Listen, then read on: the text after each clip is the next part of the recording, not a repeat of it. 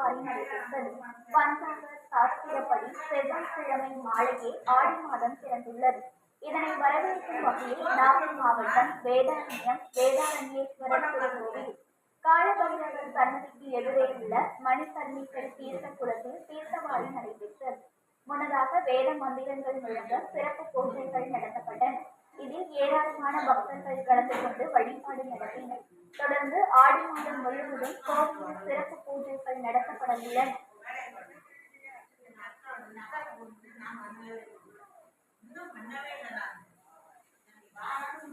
Pollachi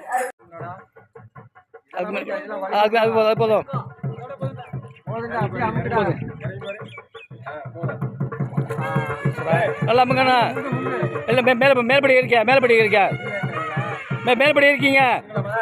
ஆ